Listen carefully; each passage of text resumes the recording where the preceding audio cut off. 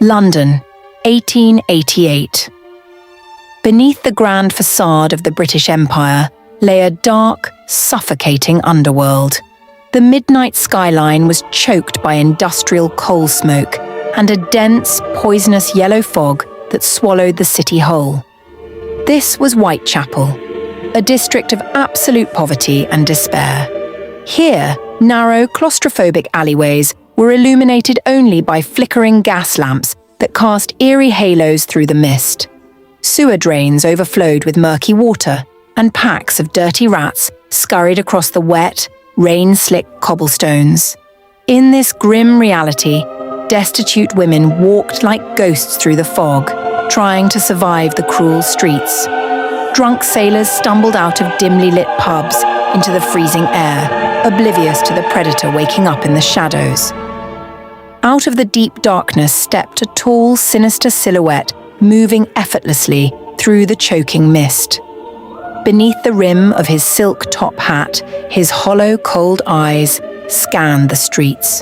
Wearing a heavy black wool overcoat and leather gloves, his hand slowly raised a gleaming, razor-sharp surgical blade.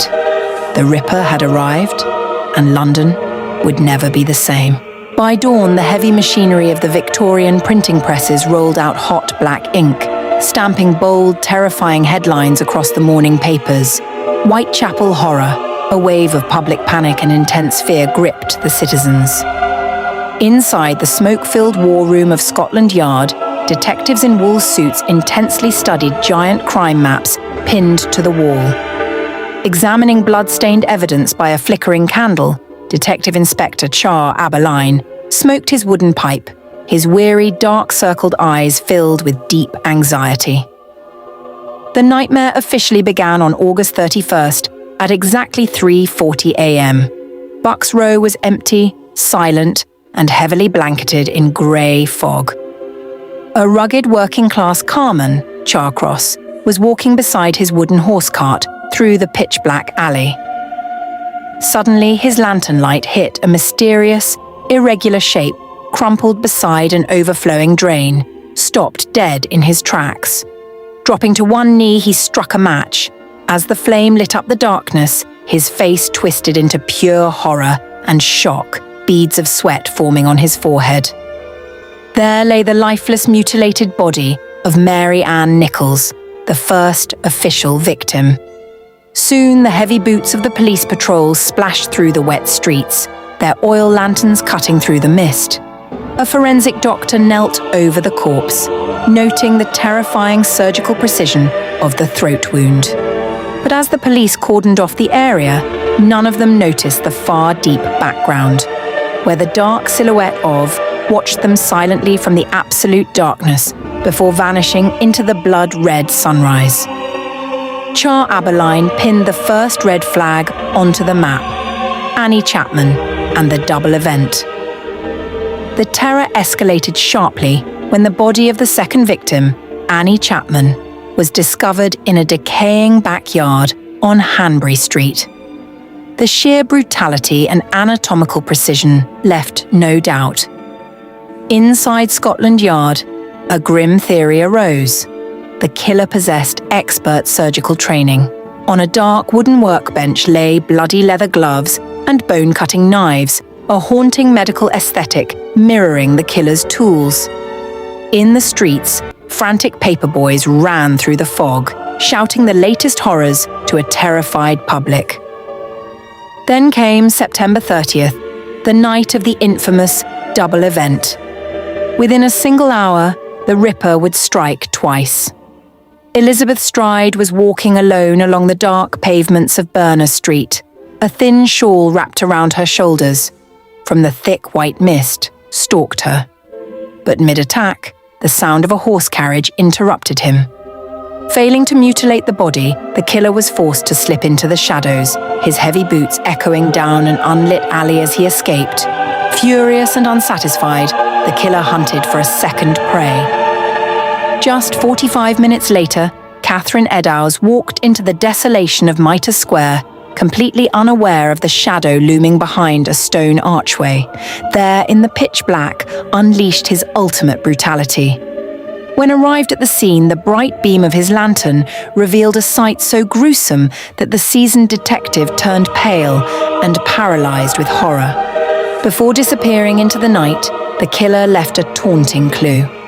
In an alley on Goulston Street, a mysterious chalk message on a brick wall read, "The Jews are the men that will not be blamed for nothing."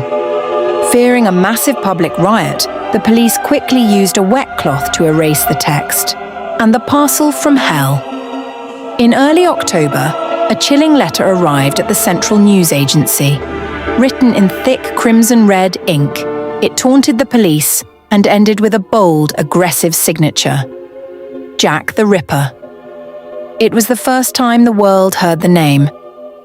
When the letter reached the trembling hands of, a heavy silence fell over the room. Hoax letters flooded the station, but the true nightmare was yet to come.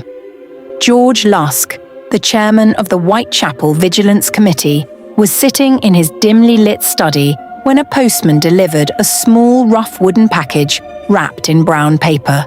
Suspicious, used a pocket knife to cut the hemp rope. As he opened the lid, his face froze in absolute shock and disgust. Submerged inside a murky glass jar was a preserved half of a human kidney. Resting beside it was a terrifying handwritten note that read, "From hell."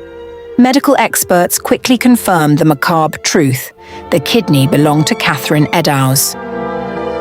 By November, public fear had turned London into a dead city.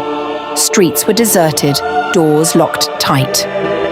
On a freezing, rainy night, S. tall silhouette entered Miller's Court, stepping inside the small, poor room of a young blonde woman named Mary Jane Kelly. The wooden door slowly creaked shut. Inside, a single candle flickered violently as a massive dark shadow stretched over the bed where she slept. The next morning, a thick fog hung over Miller's Court. The landlord, coming to collect rent, peeked through a broken window pane. His eyes widened with madness as a blood-curdling scream tore from his throat. Police officers forced the door open, splintering the wood. Inside, the walls were heavily splattered with dark red blood. By the dim light of a dying fireplace lay a scene of unprocessable's apocalyptic butchery. Stood in the center of the room, looking completely broken, pale, and defeated. The Whitechapel fiend had committed his final, most horrifying masterpiece. Royal conspiracies in the suspect files. Following the slaughter of Mary Jane Kelly, military patrols filled the streets, and a strict lockdown was enforced. Then abruptly the murder stopped. The Ripper simply vanished. Years passed and the case grew cold, leaving an unsolved failure that would haunt into his old age. The evidence walls of Scotland Yard remained covered in hundreds of suspect sketches in red strings, pointing to a labyrinth of theories. The royal conspiracy. A dark theory emerged, whispered in secret royal clubs, suggesting that Prince Albert Victor was the killer, and the royal physician Sir William Gull used his surgical skills to commit the crimes to cover up a royal scandal. As a massive cargo ship sailed down the cold black Thames River, disappearing into an endless wall of freezing ocean mist, a mysterious silhouette stood on the deck, looking back at the fading skyline of London. Jack the Ripper had escaped, dissolving into a legend. Decades later, the modern streets of Whitechapel have changed, yet the haunting atmosphere of the past remains. The ancient archive files at Scotland Yard still sit on dust-covered desks, stamped with a definitive, chilling red ink mark. Case closed, unidentified.